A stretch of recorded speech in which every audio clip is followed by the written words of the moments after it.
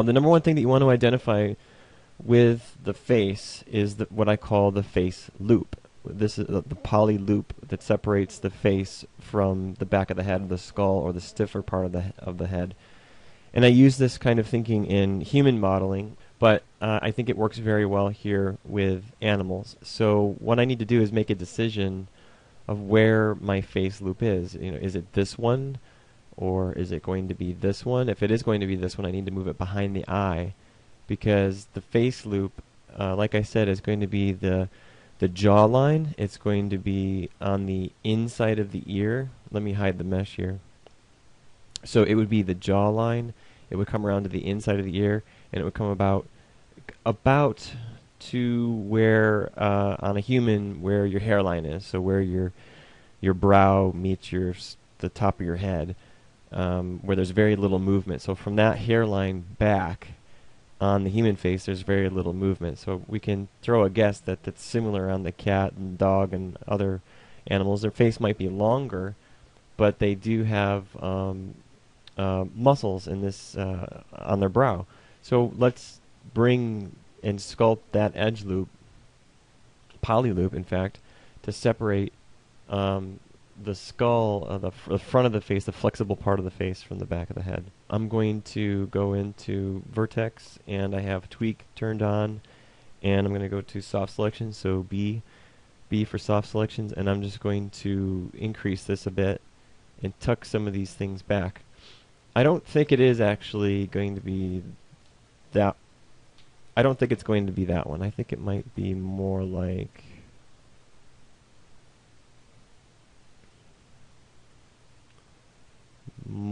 this one. I think what I'll do is I'll take all of this and move it forward. So these three poly loops, this one and this one and this one, can live on the brow and circle under the jaw and come around to the front of the jaw. So let's take a moment to move those forward, and I won't do anything else, I promise. I'll be right back. So you can see here the critical thing that I'm trying to do is to get this poly loop, which I've just pulled forward, in front of the ear. And I'm using a little bit of soft selections, a very small range. And I can see that if I want to follow that jawline, I'm going to come all the way out to here. So we'll keep that all the way out here. This is where the soft selections really helps me. Let me increase that just a bit and push that stuff back.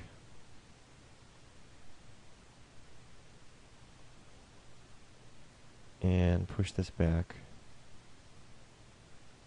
Something like that, and I'll turn off soft selection so I can clean this up. I think I will follow roughly the hair. I can give it some thickness with some implied hair. And it's a good reason to have a lot of compressed edges right here on the neck, so that when the cat lifts its head up, there's enough geometry here to create that bend in the neck. So head down, compressed. Head up, stretched out. Which explains why I'm fanning it. You can see how I'm kind of taking these compressed edges and I'm fanning them out. And I'm going to fan this way. And I eventually have one right here. Might as well drop it in there so you can see it. One right here. And then maybe eventually one right there. And that's about the density that I would try to achieve. I think that's more than enough, even for a realistic cat. Okay, and I'm going to try and keep these poly loops evenly spaced. This way, evenly spaced. So that I have a very good idea of what's happening. Now, what I need to do is decide, also very early on, where the eye is going to be. Because as soon as I know where the eye is, I know where the mouth is. And then once I know where the mouth is, in relation to the eye, I know where the nose is. It's really quite simple. So, if the corner of the eye, let's take let's take for example, if we decide that polygon right there is the eye, then I need to do a couple of things. One, I need to change the shape of it. So I need it to be something a little bit more eye-like. And I need this edge here to be the bottom corner of the eye. So this is the outer corner. This will be the inside corner, or something like that. But since I've chosen, well, I've chosen this edge to be on the top of the brow, I could change my strategy a bit and make this the eye. Move these down. Move these down. This one becomes the eye. Whoop. That one right. Whoops. That one right there. And let's just delete it so we can stick with it. And now I have something to build on. Now I can say, okay, well then that means this one is the top of the brow. We'll move these forward.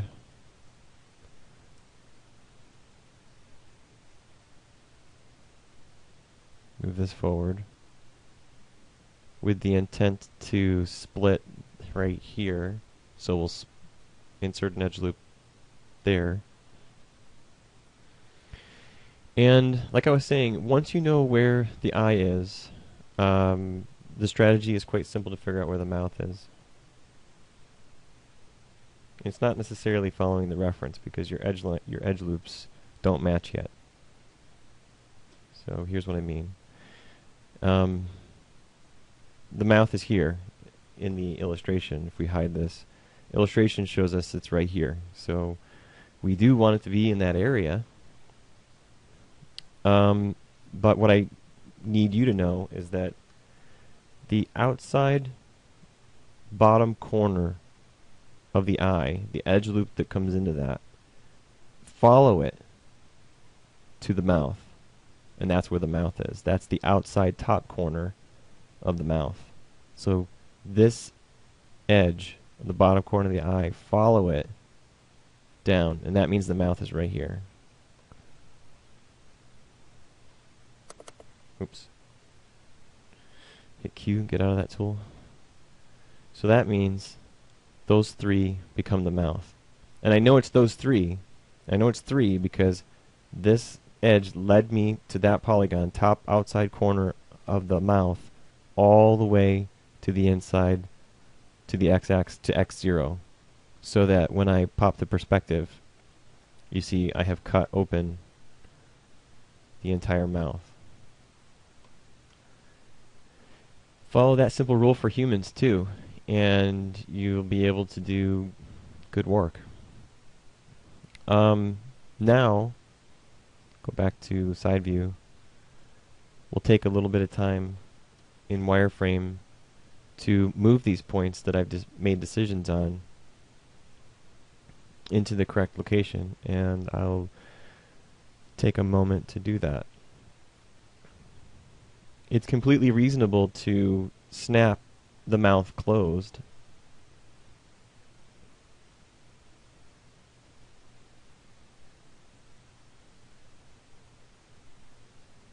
This will eventually become the nose. Bring this out to the chin. Right down to the hairs of its chin. Don't worry too much about matching the image exactly yet. We simply don't have the density for that. So let me get an idea of where that mouth is. Alright, so I said to snap it to close. So hold down your V key and snap the mouth closed. And it's quads, so you can just, with tweak mode, you can easily open it up a bit. But I find it, when you snap it closed,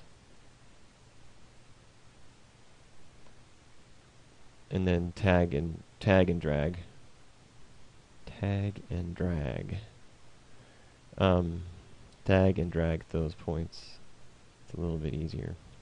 Okay, simply not enough around the mouth right now to get it right. And then if you want to make it easier for you to see, just separate them a little bit so you know what's what. That is, in a nutshell, the main pieces. Another thing we need to do, identify very early on, very early on, is the ear hole. We need to know where that is for a couple of reasons. One is so that we don't have a huge amount of geometry traversing the body. I will insert an edge loop. So this is my face loop. Let's identify the face loop again. Right there is my face loop. Alright, jawline, separation between the ear. So that means I need to split in this area a little bit. So I have options. I can either take the edge that already exists and move it forward, or I can split.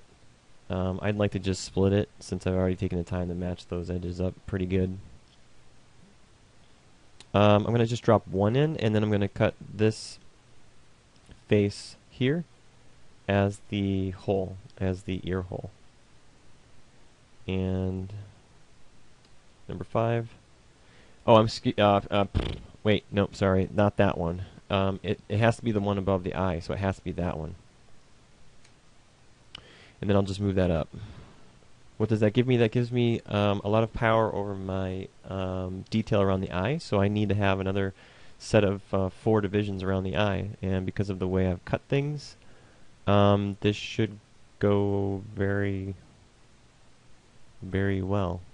I will go to insert edge loop and divide one here, and here, here, and here. And then that gives me enough more detail to further change the shape of the eye and take a little time to match that up. Now, the eye, we want to make an ocular muscle, so we need to take what we've built and get some kind of flow that flows in concentric circles, concentric rings. So I'm going to take the edge loop that's there and extrude it, and I will offset it inward. Okay, and there's your eye, or at least that's the first ring of the eye. Alright, so now I can take these elements and get them out of the way a bit and make a decision on just how big is this ocular muscle, something like that.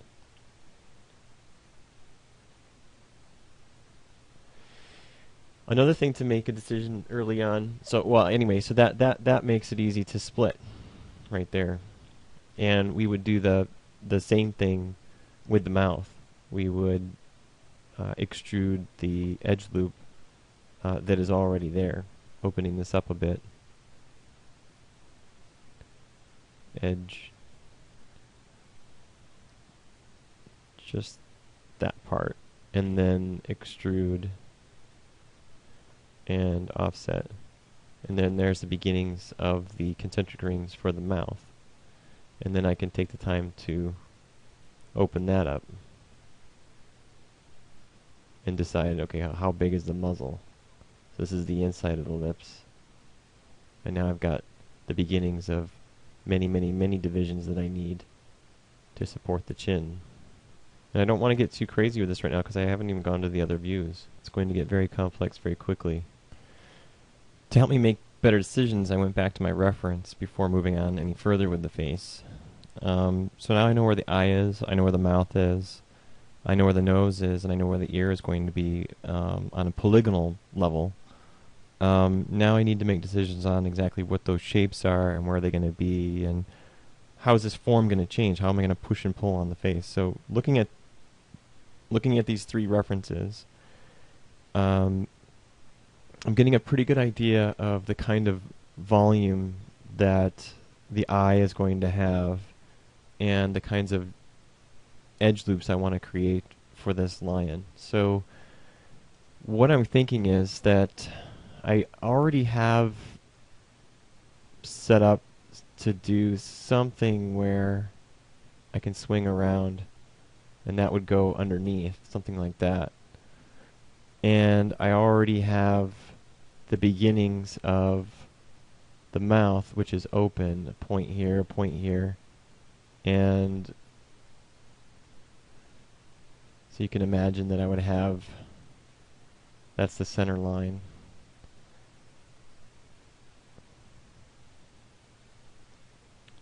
And I'm thinking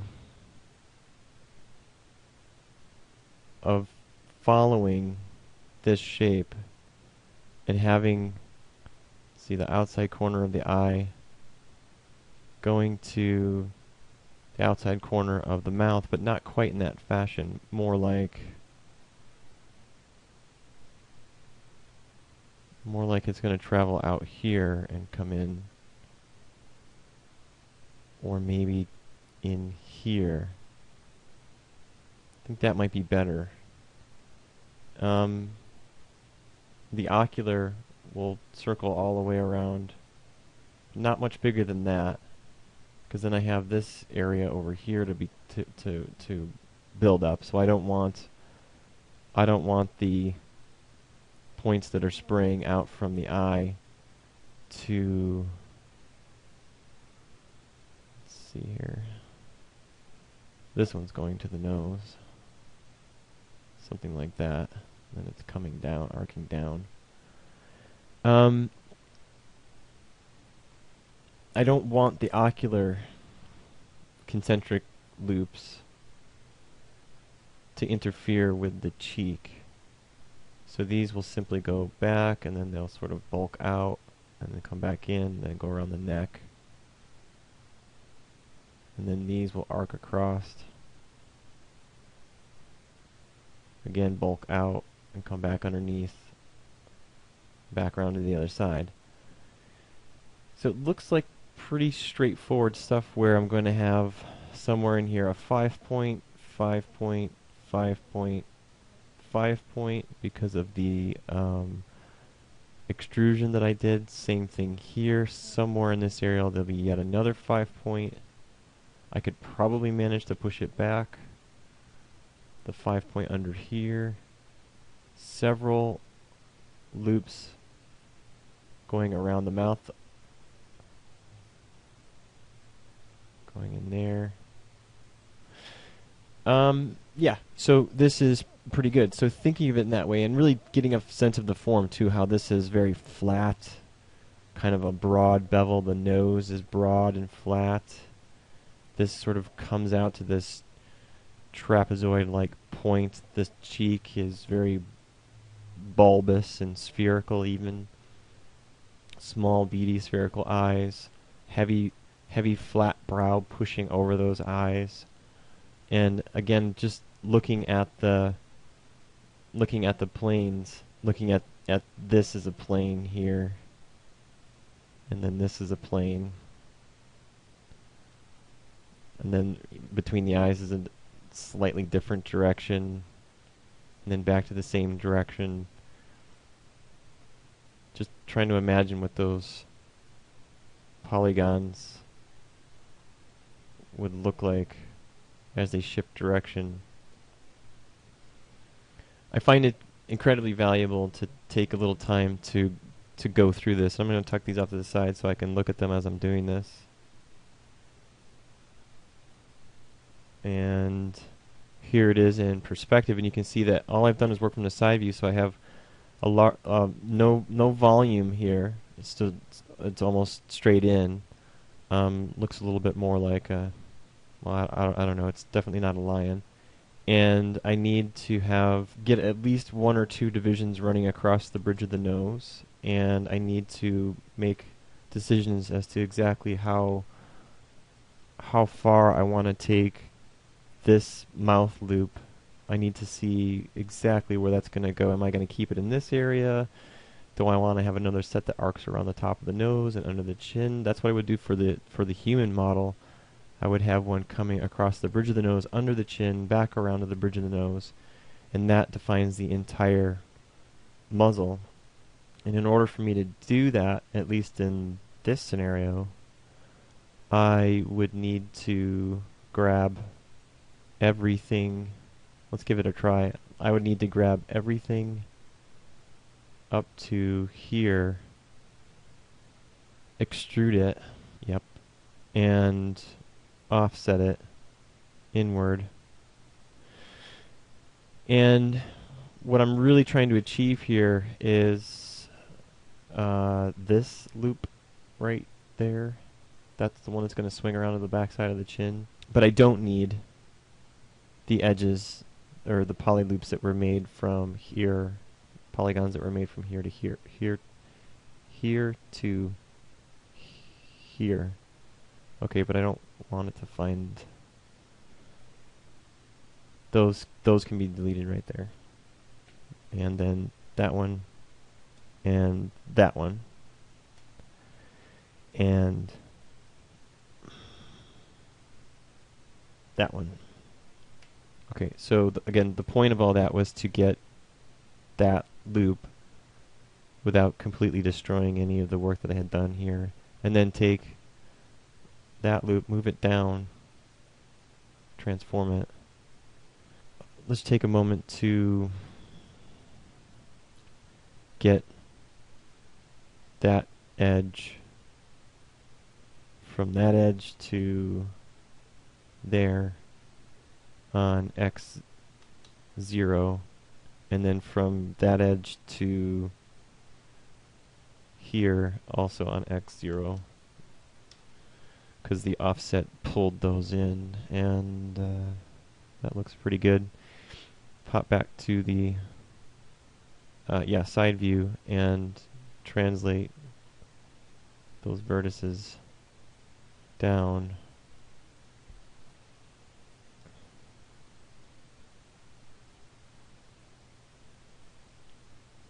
So what did this accomplish? Quite a bit, actually. It gave me this loop, which is fantastic because it is going to be the poly loop that helps separate between the muzzle loops that I can then continue to add divisions through here and help separate that from the ocular concentric loops. And I'll take a moment to just shape this up a bit. I think I will also add one more loop right here. Let me do that before I pause and edit. Right there. I would like to have another one running right here. I am afraid of what it will do to the rest, but I'm going to work with that because I do need it. I do need that. That's just too broad in here.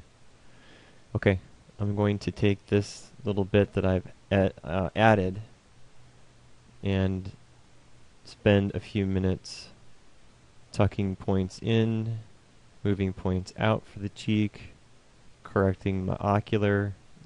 What the heck? I will add one here in the eye and one here around the mouth, and that'll give me just a little bit more to define those pieces. And also, well, I was going to say the ear, but we can get to the ear in a little bit. I'm going to pause for the moment and come right back after moving a few points around. I won't add any edges. If I do, I'll start the recording again. So I'm looking at the front view and I want to start shaping the eye, and I move to the front view because I just want to move them sideways. I don't want to actually change the way they're created in the side view.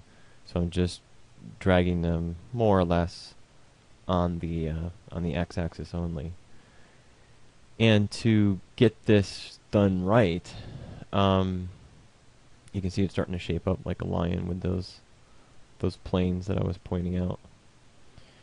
And to get this done right, I want to bring in a sphere for the eyeball, specifically a NURB sphere. So I want a NURB sphere because it is perfectly circular. So surface, NURB sphere, and translate that. Get out of tweak mode, translate that into place, and to the best of my ability and my observation, scale that down to about the size of what I believe that eyeball is. And I want to rotate it forward, so 90 degrees on the x-axis, so that pupil's pointing forward. So get it centered, right to where you think the center of the eyeball is, so it's probably more like right there. And then just decrease the radius. Slow down my virtual slider here. Decrease the radius and get it centered, and then switch to the front view and get it centered there too. Because you want that eyeball in place. And again, taking a look at references, find out, are these forward-facing eyes? And it looks like, in this case, looking at the skull and looking at the illustrations, that these are indeed forward-facing eyes. And, okay. So that's good. And we'll hit number 5 here and get this in place. So you can see that right away I'm not really keeping a good skull structure when you drop the sphere in here. You start to find it right away. And I might need that to be just a little bit smaller.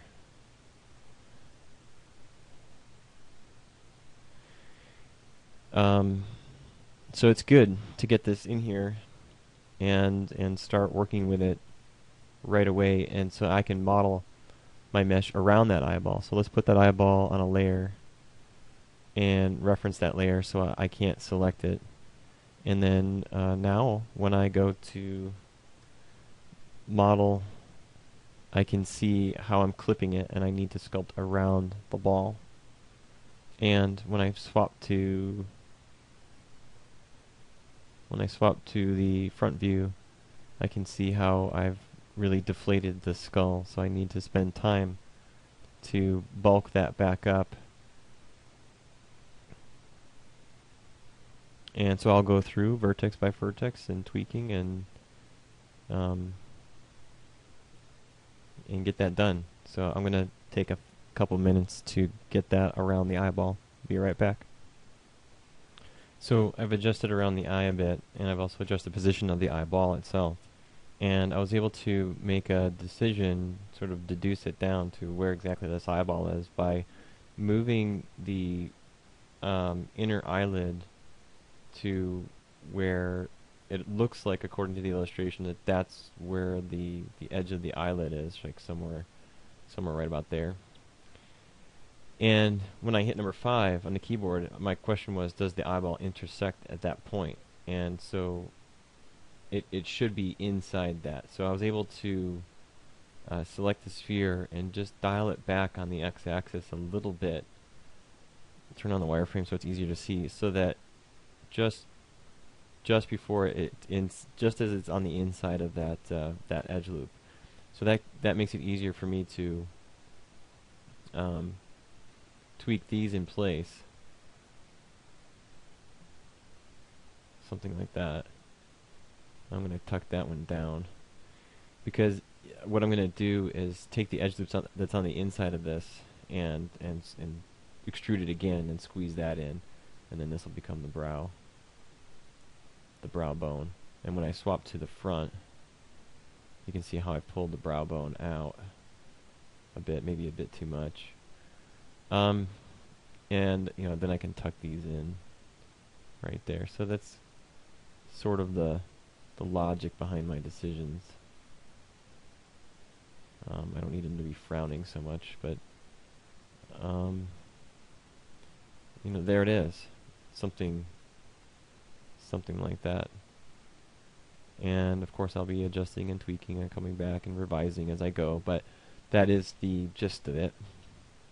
Now what I'd like to do is get a general volume for the cheek. So I've kind of got a bulbousness right here, the zygomatic arch, I think that's what it's called. So if I look at it from the top view, I'm missing that. And also the how the muzzle flares out around the lips. So it's very flat and planar and rigid in here on the nose and on the cheek, between the eye and the muzzle, but then it's very fleshy, sort of flares outward. And also how the nose has this sort of how it broadens. I want to revise, make sure I've got it broadening a bit, but I want to divide across here a couple of times, and maybe even take the nose itself and just extrude it forward and in, so I get a loop around the nose. Might as well just do that right now then. So I'll go to the side view and number 4, and then I will select the faces that I want to extrude and do that and get a small offset on it. So what I'm looking for is this loop right here. And also I wanted to split here at least once, maybe twice. And then I have extra polygons that were created on the inside. Here, here, and here, that those can be deleted. And then I have these vertices to confirm and make sure they're on the x-axis. You see how it's a black line right here? That's right on the... That's because they sit right on top of the reference. So if I enter x0, they will go black as well.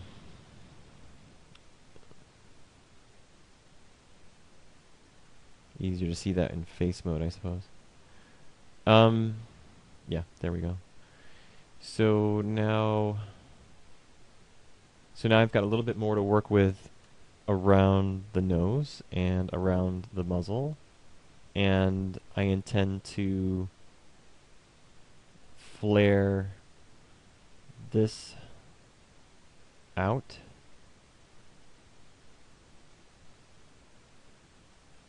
Something like that.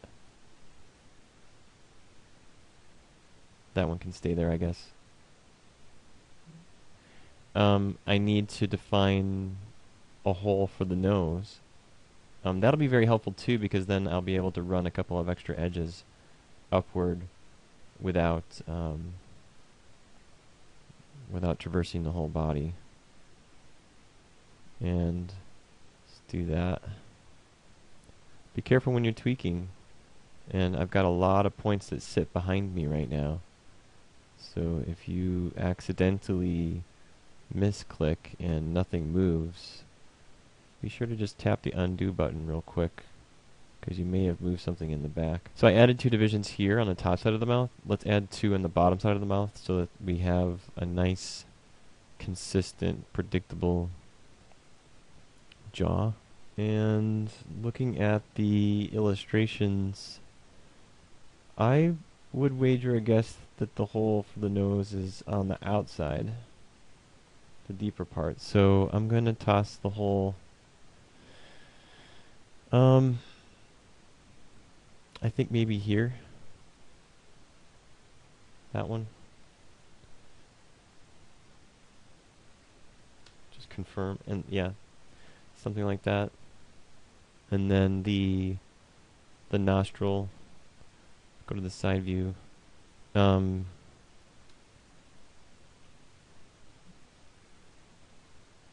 So when I shape this stuff, yeah, toss the hole back.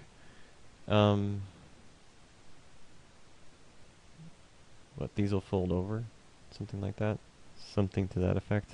Pull these forward, because that face is looking pretty flat. Something like that. I really hate this point right here. That 5 doesn't want to play friendly. What I really want to do is have a wider muzzle. Something like that, so that I can split it again. Give myself lots of room. And I want this out of the way, which means I might just have to pull it back here some, which means some of these need to go back. I don't want to get too crazy with that right at the moment. Let's go back to the cheek, and it's not too bad. It's shaping up. Let's tweak some faces. Something like that.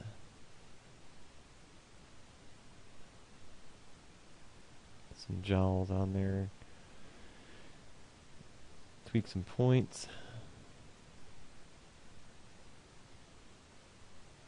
And that zygomatic arch, or that cheekbone, or that bone, that muscle for clamping down on stuff, I need that out.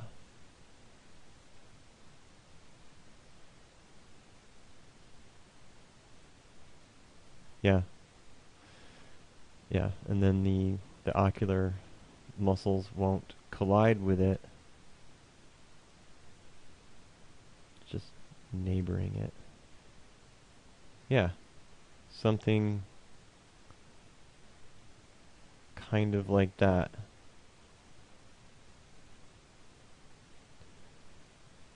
Well, I do hope you're enjoying this.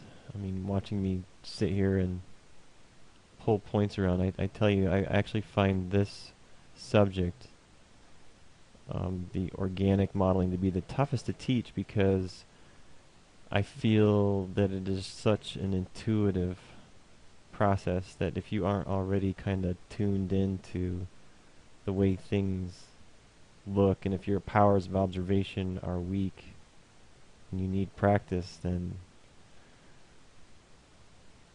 this is going to be very hard. Very, very hard indeed. I've had numbers of students who dread this project when they get into it. At first they're like, oh, this is exciting, and then they realize that this is challenging their brain in a way that building a teapot can't. So a teapot's kind of structured, and there's like steps, and it's like easy to kind of easy to follow, and you just rewind the video, and you but with this, I'm making anatomical decisions. I'm bouncing between references. There's just some things that are just damn difficult to explain. The one consolation I can give you is to always have your references on hand. Don't get caught up tweaking points. Don't get caught up just daydreaming while you're moving points around. Have a reason. Just like how the teapot and the cup and everything else we made, every edge, every point, every move that we did had a reason. And it also doesn't hurt to have actual little sculptures of cats laying around. I happen to have a couple in the house, so I was able to look at that. I also have 2 cats. My wife has 2 cats. So I just grab one of those guys and take a look at him and her. You can speed up your computer's save time by deleting that history. Let's just check the volume around the mouth and around the jowls and the cheek. Let's check that out. Let's compare it to this reference right here. I think what I would like to do is have another division coming around the eye down to the right here to help me round this out better and to bring this kind of bulbousness in further, because you can kind of see it's past the eyeball, and I don't really have mine past the eyeball. I want to bring it in towards the jowl, and then this little bit right here, like I want to yank that outward, so I want to kind of stroke those points to pull those outward right here. And then the nose, I need to make it a bit more triangular, and maybe fold in the creases around the lips here. So we could definitely use some more geometry in here. We've got more work to do there, so let's insert one right here. Let's do 2. Let's put 2 in there. And I said 1 here. And around the mouth, I would say 1 to 2 right here. And I need one, I have to have at least one that makes a corner of the mouth. I do need that. This corner of the mouth is just too simple to function. It's just not good enough. I need at least one, which means it's going to travel the body, and I kind of knew that earlier when I was sitting at my shoulder and I had this spacing issue I talked about earlier. So I'm going to drop one right there, and it's going to go right to the corner of the mouth, and it's going to go all the way to the butt. And that's okay, because I can use those points on the rest of the body too. Okay, so I've done that. Let's just tag the head, frame up the head so I don't keep panning the camera around. We're kind of getting the jowls. Let's pull some more points around. Taking a closer look at this illustration, I can see that there is this folding over of skin that sort of broad down from the those ocular muscles. So what I'm going to do is take this poly loop here, spread it out a little bit wider, and then divide it and split it a couple of times so that I can then work in this folded over quality, which gives those unique sharp diagonals that cat eyes have. So I'm going to just tuck that over there and open this up a bit wider, just a little bit higher here, not too high. I still want that to be the bone. This edge is the definer, the breaking point for the bone above the eye. And let's just tuck this in a bit, get it out of the way, and split. I always say split. I'm thinking of a different program. I mean edge loop. I think you figured that out by now. I've said it enough times. But I didn't mean split. And let's put one on the inside of the eye there as well. So now when I go, oh yeah, and also 2 of them right here on the inside of the eye. That would be very helpful. I'm inclined to do another one right here as well. And that's it. I'm not going to overdo it right now. And then let's go to the front view, which is sort of, kind of like the it's a bit of a front and down view for this angle, isn't it? Let's get a view like that, sort of front and down, something like that, and go through and adjust vertices so that there's that fold over close, maybe not so strong right there.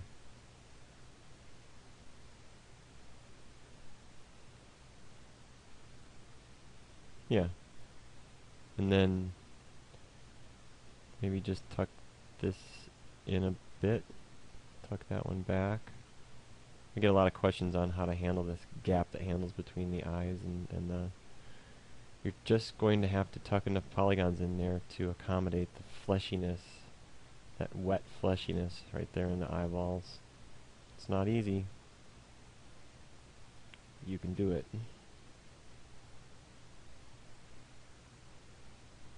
I spend hours on eyes, human eyes, right in that area, the corners of the eyes. And a bit of intersection is helpful too. And occasionally I'll even cap off the backside of the eyeball for like an import to ZBrush or something like that. I don't think ZBrush, unless they've changed things, I don't think ZBrush likes having holes in the mesh. They want you to cap them all off. Let's go to the side view and see how we're holding up. Close. Maybe down a little more. Something like that. And maybe these down. And these can go down. Something like that. Perhaps ultimately another split that will run right here. We'll see. All depends on how fleshy I want the facial animation to be. Let's tuck those down. You notice how I consistently adjust the flow. You know, as I add edges, I'm adjusting the flow so that, not because I like to waste my time or anything, but I don't like having like big severe jumps and changes in my like I wouldn't do that, you know, because then I end up with this spike which becomes some kind of detail. So unless you want some kind of detail, make sure that they flow in arcs, really. You know, take a lesson from animators. Your wireframe should have, your organic characters should flow like the arcs flow for an animated character. And if you don't know what I mean by that, go study animation for a little while, come back to modeling, and I think your modeling will get better. And some figure sculpture would really do you well. None of that contemporary sculpture stuff. That's not going to help you. Dadaism, stuff like that, that's not going to really help you. You need the traditional stuff. What am I doing with the nose? You know, I'm really kind of lost on the nose. I need to really think about this one. I'm just pulling points around. I got stuck talking. I think that's the hole, right? Oh, no, I'm way off. That's the hole. Well, maybe I should reconsider where the hole is, huh? Or maybe I should just take some time and study the anatomy of a cat and find out exactly where that hole is. Yeah, that's a good idea, Matt. Well, let's just do what I normally do when I don't have a solution. I'll just ignore the problem for a little while. I'll come back to it later. Right, the cheeks. We were doing that too. We're getting somewhere with that. Let's work on that. Right, here we go. Something like that. A little bit of bulb roundness here. Really, folks, I think we're kind of getting the picture here. I don't think I'm leading you down the wrong roads or astray here. This is the way I model. This is my process. Edge loops and extrusions.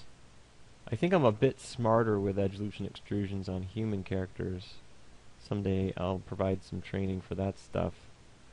Oh yeah, I never did say earlier, but I love working with the animals because in the beginning of your modeling career, because they're just, you can screw them up, you can mess it up, and it'll still look like a cat, sort of. It'll look like an animal of some kind. Most people can make something cat-like. Very few people, screw it up so badly that I don't know what it is. That really doesn't happen that often. Students of mine, that is. And even with this reasonably low poly mesh and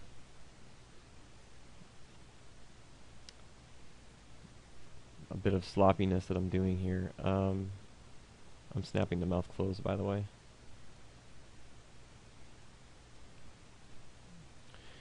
Even with this bit of sloppiness, I think we're getting somewhere. We're slowly we are getting somewhere.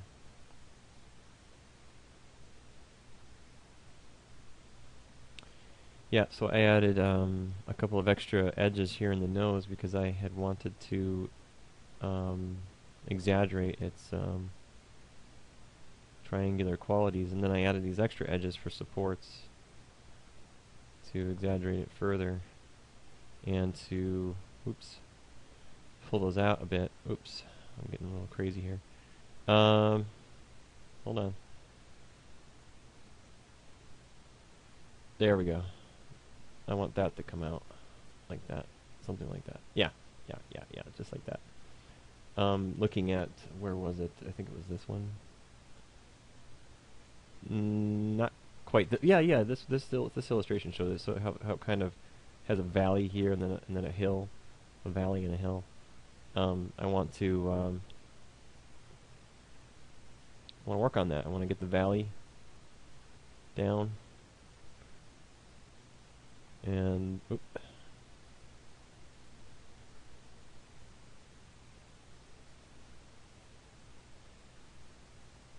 sometimes if you get too close to that symmetry, it pulls the points. Pulls points you may not want. Yeah, so anyway, these round these out, and I'll take a moment to do that. I'll be right back. And I'm going to fill the hole, I'm going to fill, with the pen to polygon tool, I'm going to fill this nose hole that I had cut earlier so that this little one in the back becomes the new one. And when I had added these two extra edges to help round out the front of the snout here, I didn't actually add two more down here on the bottom side of the jaw, so I'm going to do that right now too. So right here and right here about, so then I have points to snap to. I took some time to work on the jaw cheeks, the muzzle, the nose, um, going back and forth between reference and such. And here's where I'm at right now. Here's the wireframe. Take a little spin around the head here with me. Frame it up and just turn this around. At its current low poly state, I would say in the face, it's a good start, and even a good place to maybe even pass it off to some riggers and get some test animation going. There's a couple of problems that happen across the body because of the edges that I added to the face, and they're easy to see when you take a look at it with the specular highlight. You can see these lines, these creases.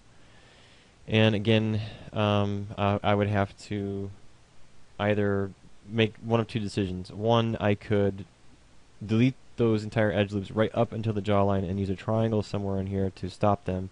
I'm inclined to do that because I simply don't want to have to go back through the legs and the body. Not yet anyway. I haven't yet seen any reason to have any more of those edges, at least for maybe one of them. To do that, all you need to do is take one of the faces that is near it and triangulate it. So that one face, and then double click the edge loop that you're trying to remove. And it'll stop at that triangle that you've created. So this is the one, and then go to Edit Mesh and delete Edge Vertex. And then go back to that triangle that you made here. And basically, let's go to this edge and delete that edge. Now, I've discovered that n-gons in Maya are handled pretty well in subdivision surfaces. In other words, they don't look terrible. However, if you want to move to another program, you're best to convert this n-gon into a triangle and a quad. So let's use the interactive split to do something simple like that. And now that will move into ZBrush easily. It won't have any errors. And I could do the same thing for that edge. Another way to capture the edge is to make a hole in the mesh. So select the polygons in question that on the edge loop you want to remove and delete them, just a couple. Even just one, actually. I didn't have to delete two. And then go here to, and then double click your edge loop that you're trying to remove. And remove it. Delete edge vertex, the proper way to remove it. And then go back in with the append to polygon tool and make a quad and a triangle. Okay. That's just a shortcut way to get that done without having to go through and massively change the body and spend another 30 minutes trying to clean that stuff up. We've had an ear hole sitting here for a while. Eventually I would do more eye work, and I would drop another edge loop here and another edge loop here, and you can see that the ear hole serves a purpose because it prevents those edges from traversing the entire body. A fast way to get this done that seems to have worked for me is to take the two outer edges and extrude them, yes, here, and then translate those. Might as well take a moment and get those situated so that they're roughly at the top corners, more or less, of the ear. And then take that entire edge loop, open edge, double click it, and extrude that one.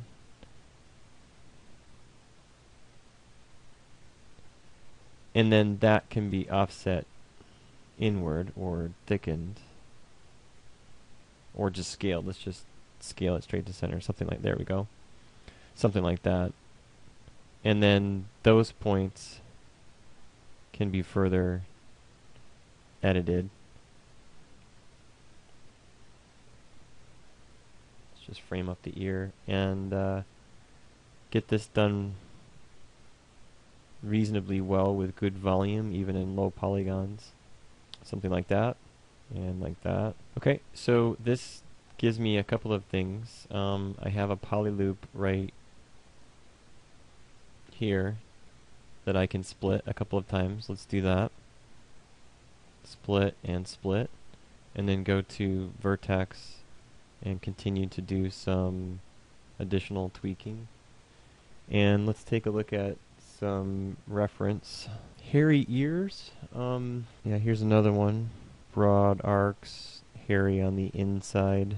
Good enough. Let's side view and from 4, and looks to me like the ear is all the way back here.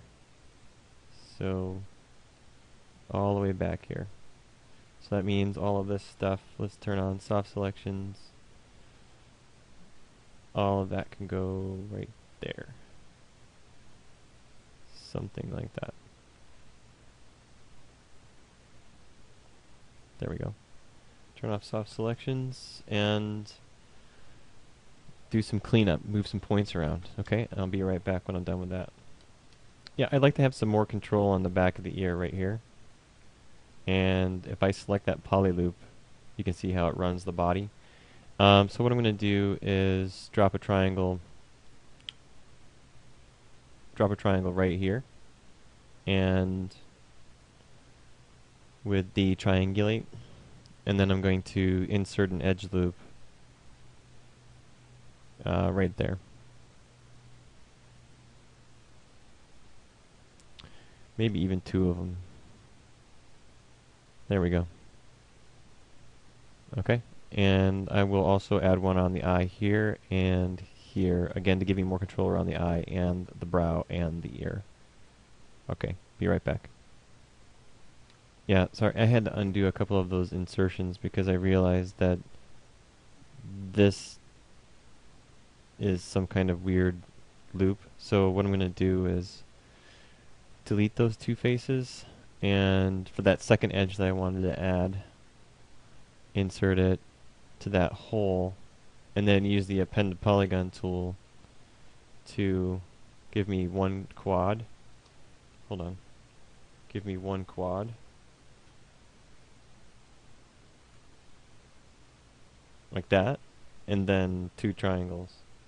And I recently deleted my history and saved my work. I guess not so recent. I guess that was one of my undos. So I need to delete my history. And let me insert an edge loop on the eyes again, because that was one of my undos. Okay, so then I can go here to delete history. In object mode, it won't work unless I'm in object mode. There we go. Now it's gone. Okay, and now I'll get my speed back. And it looks like I have a little seam forming right here. I wonder how long that's been there.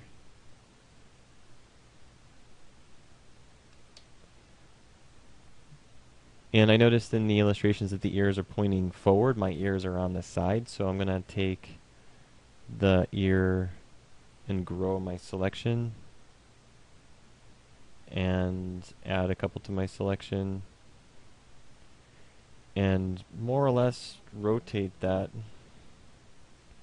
And I'm going to rotate it from the view, from my view. So make sure this is switched to either local or world, and then twist it on the yellow handle, turning it towards. So I'm looking at this illustration, this illustration, this illustration. They all seem to be pointing towards us. Okay, so I'm going to do a tweaking on this as well. Doing a bit more work on the ear here. I've inserted edge loops in between the ear hole and the skull, a couple extra. I'm going to add another one here. So I've added one here, and I've added one right here. I think that at this point, I'm just trying to work out the volume of the ear, popping between front and side view and looking at the other references. Again, just constantly looking at those references and trying to get some, like I said, just some sense of volume. And then I think what I'll do is take that edge on the interior and extrude it and offset that down. And then I will start tucking it. In other words, I will start moving these points on the open edge. I'll move them in, give an overall thickness to the ear.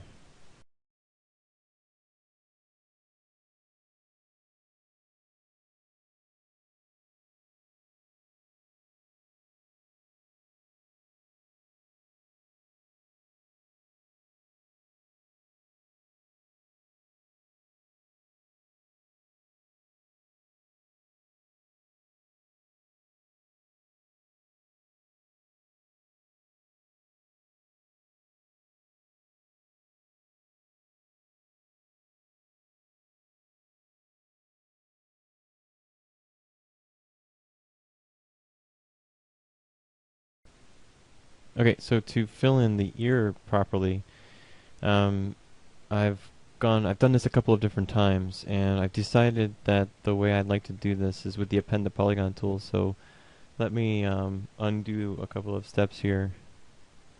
At first I thought that I should just go here to the edge loop like that, and then extrude it and squeeze it in, and then fill the hole, and then, but everything collided down to one point, and that's really not very ear-like, and it just is very unattractive. Edge-wise, it's just very unattractive. So I decided instead to do the append to polygon, so that I could have simple quads running across like this. And I found that this was just so much more attractive and a little bit easier to handle. And all I'm left with is a triangle right here. And that's a fair bit better than collapsing everything down to one point, like it's some kind of pole. And this also gives me, if I track these loops, it does start to do this sort of funky spiraling thing around the head, because that's usually what starts to happen when you go in here and start adding in cutting holes and appending polygons. I that's the only place in the body that I did that. Everything else is extrusion and edge loop controlled. Good classic box modeling principles, but in this situation, I've cut a hole and I've just filled it back in, and the end result is the occasional spiral across the body. Anyway, from here now I can do things like say, okay, well, I want to tuck these back a little bit, so I'll take all of that stuff, polygons, and then I'll extrude it, and maybe just push them back a bit on the z-axis. Maybe just offset them in a little bit on their local z and on the offset there, and something like that. And then from here I can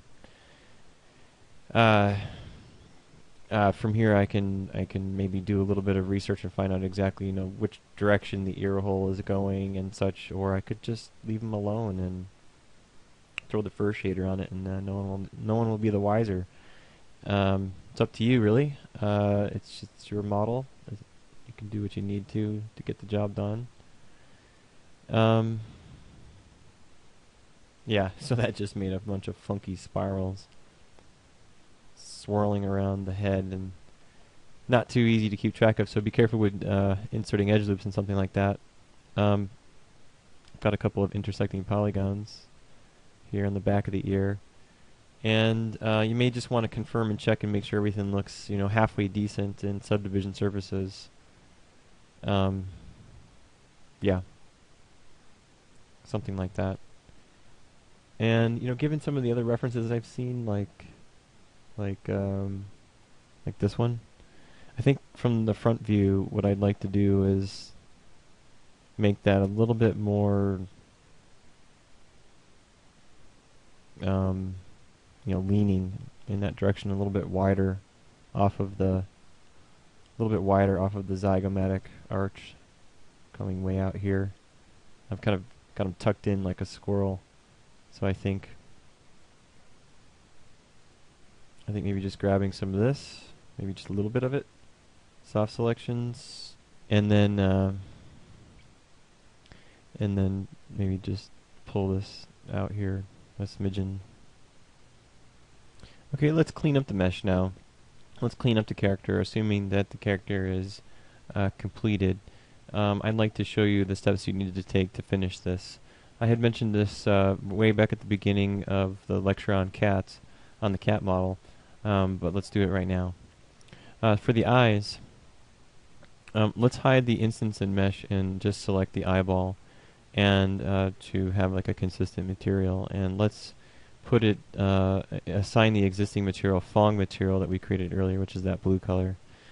And then let's instance it to the other side of the x-axis, so I have two eyes.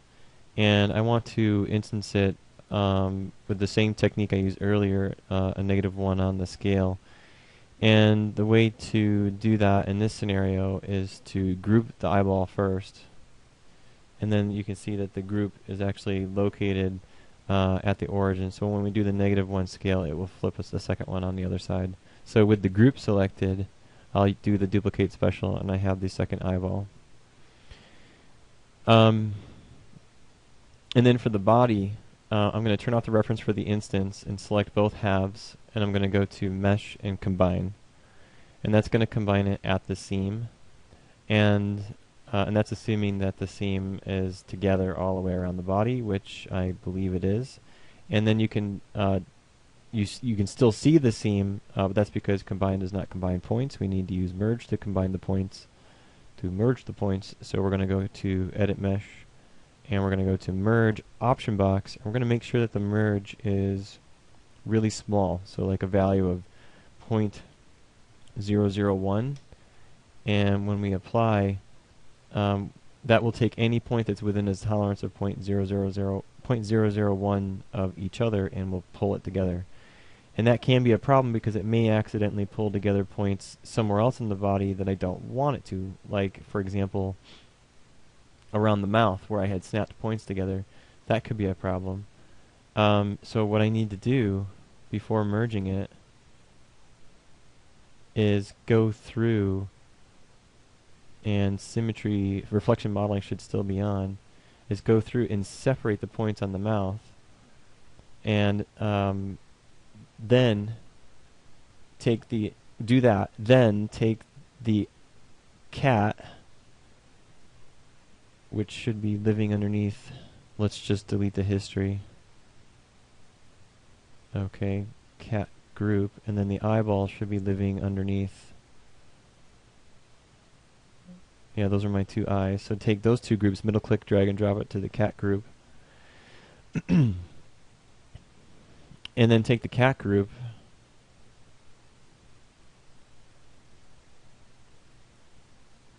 that curve was for the tail. I don't need that anymore. And then take the cat group and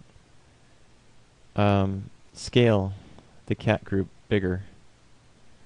And the reason for this, much bigger, and the reason for this is so that when you do the merge is going to be looking at the world position of each point, and this basically increases the space between each point. So when you use a value of 0.001, those points have to be touching each other exactly in order for it to, or near exactly, in order for it to merge.